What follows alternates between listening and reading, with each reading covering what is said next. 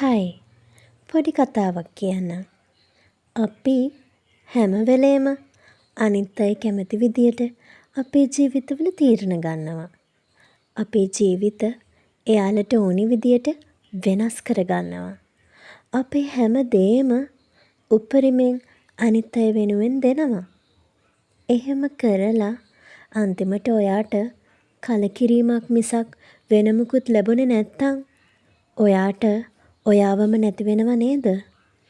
අන්න එහෙම නොවෙන්න තමයි ඔයා සෙල්ෆ් ලව් කරන්න ඕනේ. මොකද්ද සෙල්ෆ් ලව් කියන්නේ?